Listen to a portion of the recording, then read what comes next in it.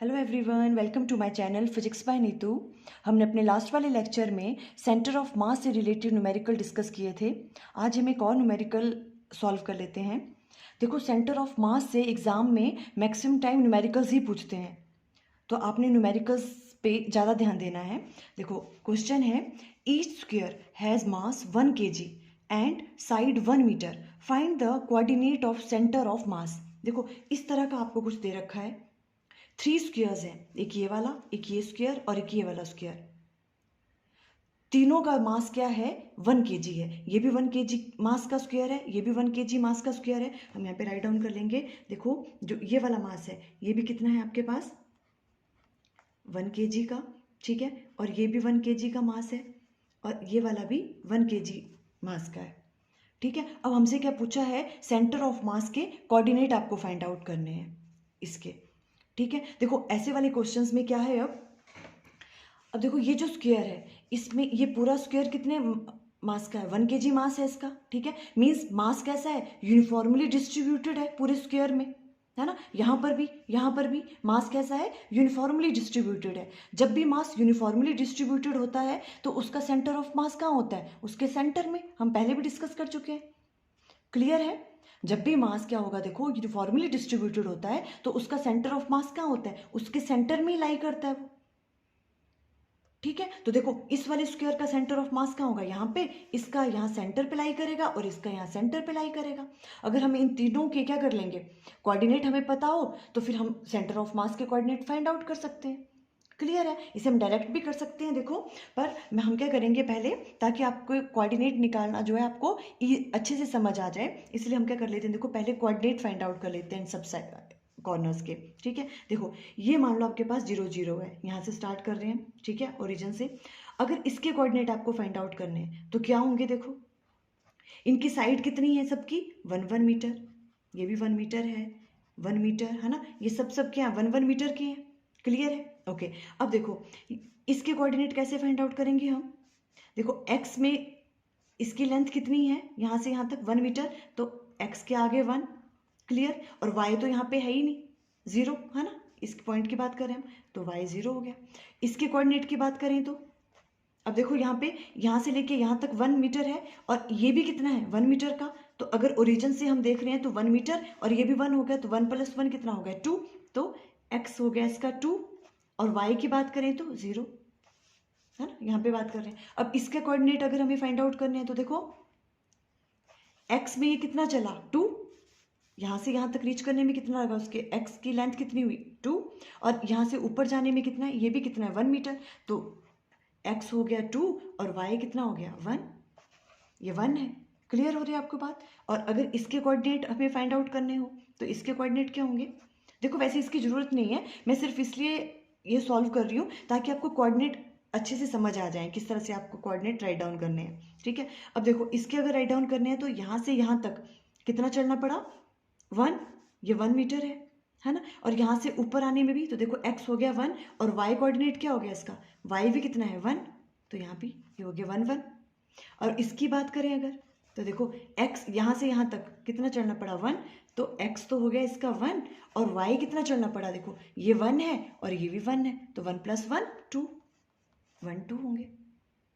Clear हो रही है आपको ये वाली बात, है ना। अगर हम इसकी बात करें, देखो ये वाला, तो x तो 0 है, इस वाले में x 0 हो गया, और y कितना है? ये 1 और ये भी 1 2। और अगर इसकी बात करें तो x इसमें 0 है और y कितना होगा? 1। इस तरह से हम कोऑर्डिनेट राइट डाउन करेंगे, क्लियर होगी, ओके। अब हमने क्या कहा? देखो, इस वाले स्क्वायर में यूनिफॉर्मली डिस्ट्रीब्यूटेड है मास 1 kg का, यहाँ पर भी, यहाँ पर भी। तो अगर इस स्क्वायर की बात करें तो इसका सेंटर ऑफ मास कहाँ लाई करेगा? इसके सेंटर में, यहाँ कहीं, है ना। अब इसके कोऑर्डिनेट हमें पता करने हैं, तो देखो इजी है इसके कोऑर्डिनेट पता करने। कैसे इसके कोऑर्डिनेट पता करने हैं? सबसे पहले हम एक्स की बात करेंगे, ठीक है। तो देखो, एक्स मीन्स यहाँ से यहाँ तक रीच करने में उसको जो x की वैल्यू है वो कितनी होगी? देखो, यहाँ से यहाँ तक 1 है, ये 1 मीटर है ना, तो ये सेंटर में है इसके, तो ये क्या हो गया? x 1 का हाफ हो गया, यहाँ पे हाफ, ठीक है, ओके। और y कितना चलना पड़ा उसको? देखो, यहाँ से यहाँ तक ये पूरा भी कितना है? 1। y में कितना है? ये 1। और इसका भी जब हम हाफ लेंगे तो क्या होगा? 1/2, तो 1/2। क्लियर हो गया। इन इसके क्या है 1/2 एंड 1/2 कोऑर्डिनेट आ गए इसके। अब इसका सेंटर ऑफ मास लेना है, वो भी सेंटर में लाई करेगा, है ना। अब इसके ये आपने ध्यान से देखना है ना। अब देखो इसके कोऑर्डिनेट क्या आएंगे, देखो हमें यहाँ तक देखना है, ये होगा ना एक्स का, यहाँ से लेके यहाँ तक ये वाला डिस्टेंस, है ना। तो ये वाली लेंथ कितनी होगी, देखो यहाँ से यहाँ तक तो 1 थी, है ना। और 1 से आगे ये कितना है, ये भी 1 है, मीन्स यहाँ से यहाँ तक कितना है, हाफ। तो 1 ये वाला आ गया, 1 + 1/2। क्लियर हो रही है आपको बात। 1 ये है ना, और ये यहाँ से यहाँ तक कितना है, हाफ। तो 1 + 1/2, और वो कितना होता है 3/2। 1 + 1/2, तो x आ गया 3/2। और y की अगर हम बात करें तो y देखो ये कितना है 1, और ये इसके कहाँ कर रहा है, बीच में लाई कर रहा है, तो हाफ होगा, है ना। तो y में क्या आएगी आपके पास 1/2, y कोऑर्डिनेट आ गया इसके 1/2। क्लियर हो रहा है। वैसे इसकी बात कर लो। अब इसमें किस तरह से फाइंड आउट करेंगे, देखो सबसे पहले हम किसकी बात करेंगे, x की। यहाँ से लेके यहाँ तक ये कितना है, देखो हाफ, बिकॉज फुल 1 है, ये हाफ हो गया। तो x की वैल्यू तो कितनी आएगी, x कोऑर्डिनेट कितना आएगा 1/2। क्लियर। और अगर हम y की बात करें तो देखो y यहाँ से लेके यहाँ तक, यहाँ से यहाँ तक, यहाँ से यहाँ तक है 1, और उसके बाद भी कितना हो गया 1/2, है ना। तो 1 + 1/2 इज 3/2, ये आ गया 3/2। ये इसके कोऑर्डिनेट आ गए। इस तरह से हम इनके क्या करेंगे, इन तीनों के सेंटर ऑफ मास के हमने कोऑर्डिनेट फाइंड आउट कर लिए। ठीक है। अब इसको देखो थोड़ा यहाँ पे हम राइट डाउन कर लेते हैं, देखो सिंप्लीफाई करके। ये आपके पास y एक्सिस आ गई है, और ये आपके पास x एक्सिस है। ठीक है। अब देखो एक मास कहाँ पे आपके पास, सेंटर ऑफ मास ये वाला मान लो, ये वाला। ठीक है। ये आपके पास क्या है m1, और सेकेंड वाला आपके पास है ये वाला, ये आपके पास m2 है, और थर्ड वाला यहाँ पे है कहीं, है ना। ये आपके पास क्या है m3, यही है ना, ये वाले तीनों। इस तरह से अब इसके कोऑर्डिनेट यहाँ पे राइट डाउन कर लो, क्या है देखो क्लियरली 1/2 एंड 1/2। और ये m2 के कितने हैं, देखो यहाँ पे 3/2, और यहाँ पे आ गया 1/2। और इसके क्या होंगे यहाँ पे 1/2 एंड 3/2। ये वाली चीज़ें आपके पास आ गई अब। ठीक है। अब सेंटर ऑफ मास निकालना, इन तीनों का हमें सेंटर ऑफ मास निकालना है। ठीक है। सेंटर ऑफ मास निकालना भी ईजी हो जाएगा, है ना। अब इसके कोऑर्डिनेट भी हैं, इसके भी हैं, और इसके भी हैं हमारे पास। ठीक है। ये हो गया x1 y1, ये x2 y2, ये हो गया x3 y3, है ना। तो अब अब हम सिंपली फॉर्मूला लगा लेंगे। हम पे देखो फॉर्मूला क्या होगा, सबसे पहले हमें क्या निकालना है, x कोऑर्डिनेट निकालना है सेंटर ऑफ मास का। तो क्या होता था m1 x1 + m2 x2 + m3 x3 divided by m1 + m2 + m3, है ना। वैल्यूज पुट कर लो। देखो मास तो सबके क्या है 1 kg का मास है ना। तो यहाँ पे क्या हो गया 1, और x1 की वैल्यू क्या थी, देखो x1 की वैल्यू क्या है यहाँ पे 1/2, प्लस मास तो 1 ही है, और x2 की वैल्यू क्या है 3/2, ये भी 1 है m3, और x3 की वैल्यू क्या है 1/2, divided by m1 + m2 + m3 means 1 + 1 + 1। ठीक है। तो देखो सॉल्व करके आपके पास क्या आएगा यहाँ पे 1/2 + 3/2 + 1/2 होल डिवाइडेड बाय 3। क्लियर। इसे हम राइट डाउन कैसे कर सकते हैं, देखो 2 LCM आ जाएगा, तो मीन्स 2 × 3 इधर आ गया, और ऊपर क्या आ जाएगा 1 + 3 + 1, 5 डिवाइडेड बाय 6। ये आपके पास x कोऑर्डिनेट आ गया सेंटर ऑफ मास का। वैसे आप y का फाइंड आउट कर लो, m1 y1 + m2 y2 + m3 y3 whole divided by m1 + m2 + m3।